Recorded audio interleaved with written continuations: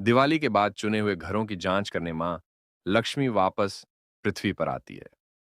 पहले घर में उन्होंने देखा कि सूर्यास्त के बाद जन्मदिन की पार्टी की तैयारी चल रही थी और झाड़ू पोछा भी उसी समय किया जा रहा था। यह देखकर मां नाराज हो गई और वहां से चली गई। आधी रात को वे दूसरे घर पहुंची, जहां रसोई में झूठे बर्तन पड़े थे।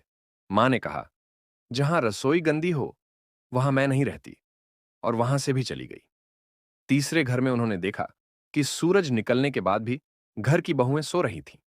ये देखकर मां लक्ष्मी बोल उठी, आलसी, घर में मेरा वास नहीं होता, और वहां से लौट गई। अंत में वे एक छोटे घर में पहुंची, जहां आंगन में तुलसी के पास दीपक जल रहे थे। रसोई साफ सुथरी थी और संध्या आरती में पूरा परिवार शामिल था। यह देखकर मां लक्ष्मी प्रसन्न हो गई।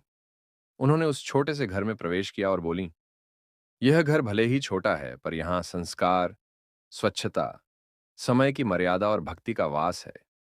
जहां तुलसी के पास दीप जलता है, जहां रसोई पवित्र रहती है, जहां परिवार एक साथ ईश्वर का स्मरण करता है, वहीं मेरा सच्चा निवास होता है।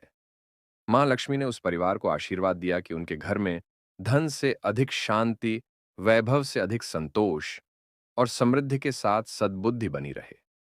उस दिन से उस घर में कभी धन की कमी नहीं हुई, पर उससे भी बड़ी बात, घर में प्रेम, स्वास्थ्य और संस्कार हमेशा बने रहे। सीख, नीति। मां लक्ष्मी सिर्फ धन नहीं देखती, वे स्वच्छता, समय, कर्म और भक्ति देखती हैं। बड़ा घर नहीं, अच्छी आदतें मां लक्ष्मी को रोकती हैं।